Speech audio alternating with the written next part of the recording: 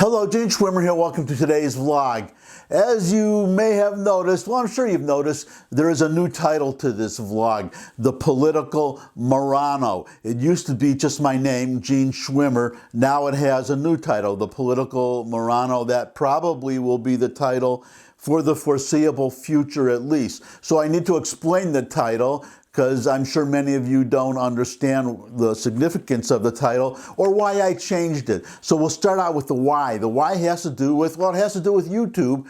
They are now saying, well, they are coercing us, those of us who post on YouTube, and maybe in the comments too, who knows, that as far as the November 3rd election goes, you are allowed only one opinion. We can only express one opinion about the election. No other. If I say something that disagrees with what YouTube requires me to say, and well, if they could do it, they would, I'm sure, and their liberal friends require me to think what they want me to think. Fortunately, we haven't got to that point yet, but who knows what they'll come up with in the future, some kind of technological way of changing the way people think.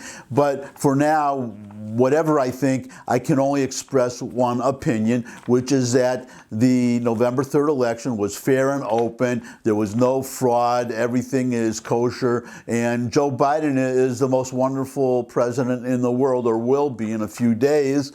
I just appreciate the sacrifice that he has made at his age, with his physical frailties and his mental declinations, that I just appreciate it. I have to say that, especially about the election. So what is a Marrano? The term arose during the Inquisition, the Spanish Inquisition, when Jews were given a choice. They could convert to Christianity, or they could be expelled from Spain. That was their choice, and in some cases they were tortured, they were forced, well, as I said, forced to convert, forced to become Christians. But there were a certain number of Jews who would openly profess Christianity, attend church, act as if they were Christians, but in secret continue to practice Judaism. And those Spanish Jews who practiced their religion, were forced underground but continued to practice their religion, were called Marranos. So that's what I am now. That's what a number of us are, political Marranos. Whether you're Jewish or Christian has nothing to do with religion in this sense, but you are forced to say what YouTube wants. If you want to be on YouTube, you have to say what YouTube wants you to say about the election.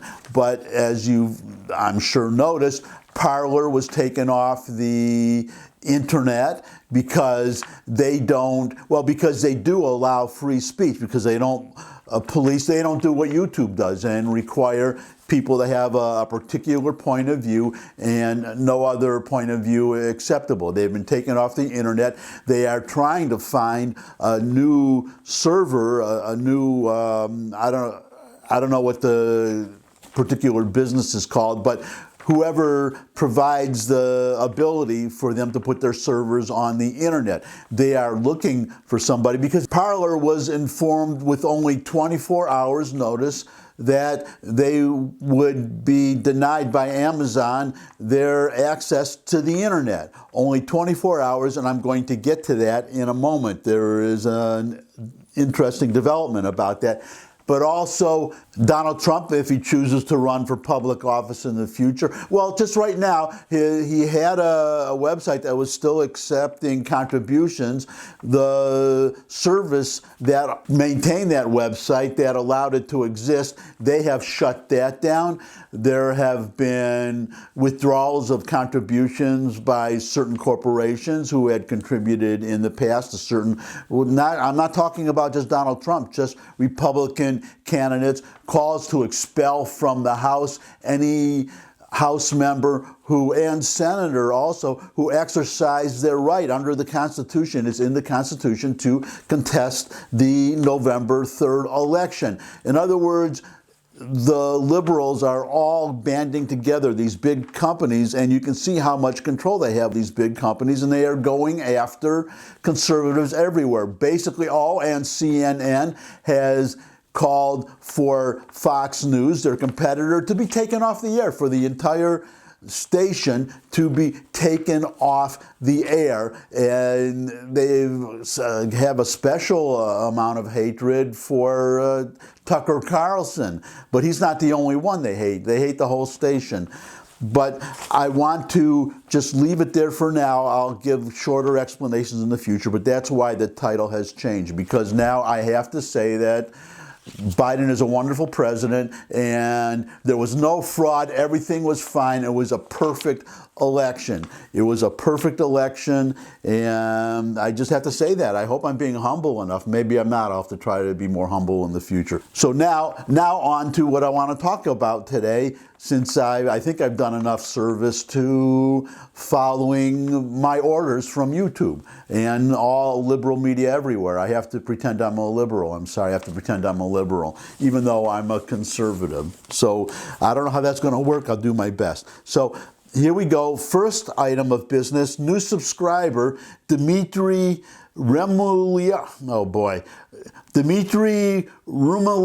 I think I've got that right. It's obviously Greek, and I have a special place in my heart for Greeks, I have to say, because, well, I grew up in Detroit, and there's a section of Detroit, a 2-block section. I understand it's become very kind of touristy now. It's like a tourist trap, but it wasn't in those days. It was just a Greek neighborhood, and they had all these really wonderful Greek restaurants. I used to be a bartender, and the bars would close at 2 o'clock in the morning, and then around 2:30 we'd clean up and we'd get out of there, and then we would go down to Greektown, and because these Greek restaurants were open all night, and get souvlaki and gyros. And I don't say gyro, it's gyros. That's how they pronounce it.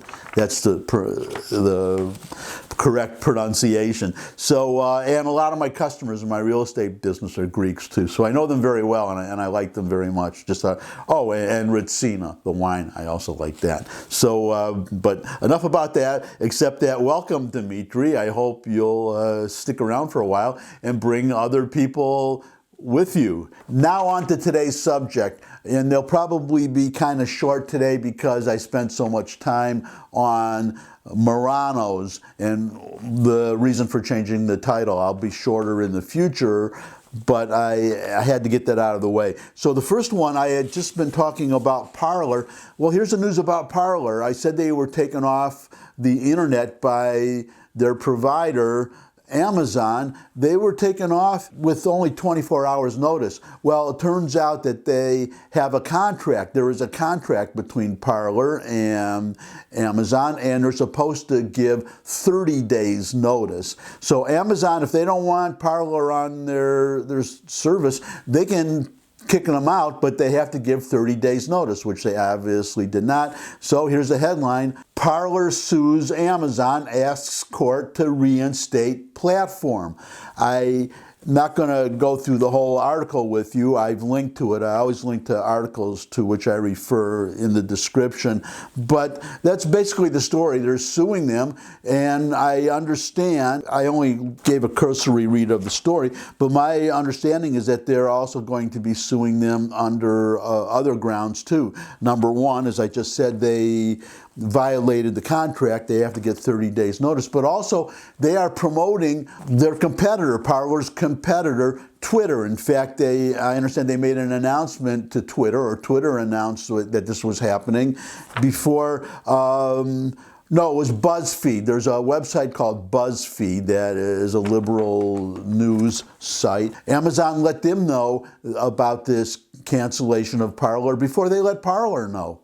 So you can see there's something going on here, but they are suing for violating the Antitrust Act because they are obviously, they're preventing Parler from being in business, because not only have they been canceled by Amazon, they're trying to find another provider, and they can't find one so far. They've talked to several, and no one wants to allow them wants to work with them, and they are off the internet while they're trying to find somebody, whereas they had a contract. They were supposed to have 30 days to find somebody, which actually brings me to a criticism of the conservatives or conservative movement or these conservative websites, because I don't understand this.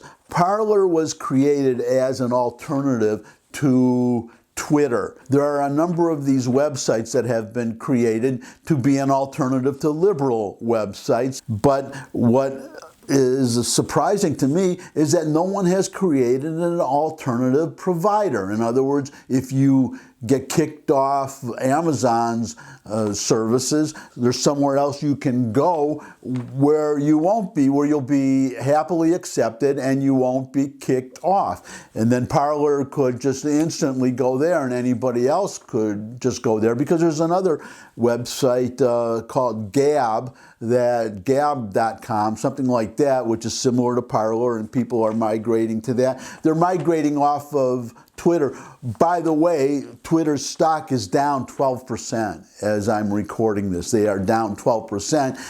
To be fair, sometimes these are quick reactions and it's only temporary, but I'm hoping this will be long lasting because, well, first of all, if people are leaving, conservatives are leaving, there's millions of conservatives. If they leave Twitter, then it's going to hurt their business. And Twitter, I don't know how profitable they are, but it's got to hurt them. And just Donald Trump not being on Twitter anymore, they canceled his account. He not being on Twitter has got to hurt their business too, because he had how many hundreds of millions of followers, and now they're going to go somewhere else. So I don't understand the logic from a business standpoint, but well, it's happened before. There's a phrase, you might have heard it, get woke, go broke. In other words, well, the National Football League got woke, and I don't know if they're quite broke yet, but not so many people watch football anymore.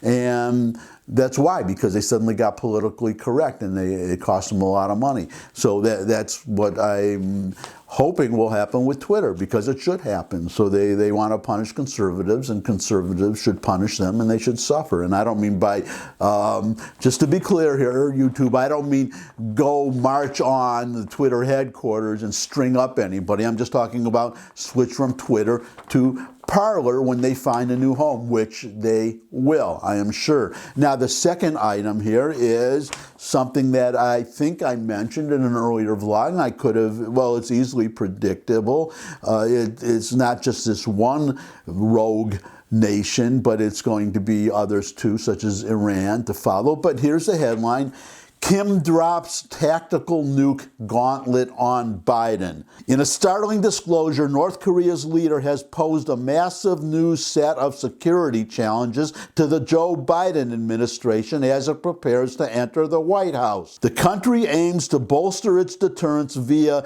qualitative upgrades to its army and its command and control capabilities, and, get this, and is adding tactical nukes to its massive conventional artillery forces, state leader Kim Jong-un said over the weekend. On the strategic front, it is increasing the range and sophistication of its nuclear delivery systems and completing a, quote, super large, unquote, hydrogen bomb, unquote, Kim said. So you see, that's one rogue nation that is already feeling its oats, knowing that they have a weak president in the White House. Let's see what Joe Biden is going to do about this. And then there's Iran. Iran is not, they've said they are not going to renegotiate the JCPOA. So is Biden going to cave? Is he going to ask them to talk? Iran is in trouble. This is the logic that it should be so obvious, but somebody pointed it out, so I'll give them credit if I can remember the name, which I can't. But this person pointed out that if Iran is sincere about wanting a new deal, then they will start complying with the terms of the JCPOA or return to complying with the terms. But most of all, then there's no hurry for Joe Biden. He can sit there and wait. He can just keep the sanctions on. If they are sincere about a deal, they will come to us and ask to negotiate or to renegotiate. But I'm concerned that Biden is going to give them something in return for nothing. He said, well, let's take off the sanctions and we show how nice we are, throw them a lifeline, and I'm sure they'll want to sit down and negotiate getting rid of their nuclear program and their missiles. I would not hold my breath waiting for that. And one more development, which is very smart. This is from Mike Pompeo, the outgoing Secretary of State. I don't know if you heard this announcement, because this is potentially big. He said that, well, he put out a press release that there is, I thought this was an agreement that we have with China, but it wasn't. It was just something that we did ourselves to mollify China some decades back, which was to recognize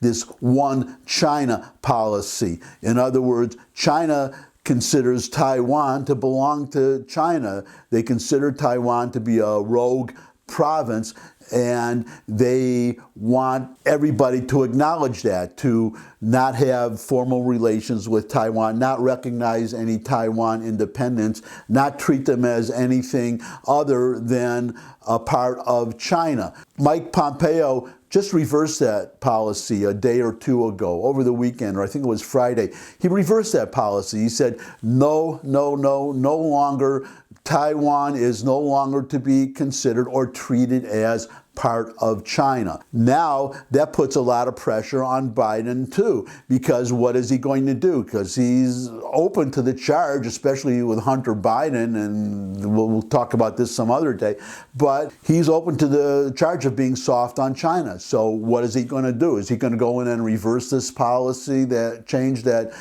Pompeo just made, and return to a one China policy when you have China clamping down on Hong Kong and ethnically cleansing Uyghurs, and Biden is going to come in here and, as with Iran, make nice with China and reverse this policy? Well, I was going to say I don't envy Joe Biden, his presidency, but I'll go farther and say I'm looking forward to enjoying a bit of schadenfreude here and enjoying their struggles, because they talk about the Republican Party being in disarray. Well, we'll see how this party in disarray does in the midterm elections. I predict a takeover of the House and the Senate. We'll see what happens, and then he'll really be in a bind. Joe Biden will. But I'll just end it there. Just say to stay tuned. And once again, welcome, Dimitri. I'm not going to try to pronounce your last name again, so we'll just say Dimitri. And you can call me Gene. And you could give me a thumbs up if you like this video. Share with anybody you think would also like it. Got any comments? You can put them in the comment section below the video. You could also ask questions, suggest future topics. You could go to my music channel, and there's a link in the description. And I keep saying that I finished a song, a new song will be up soon. Well, I did finish it.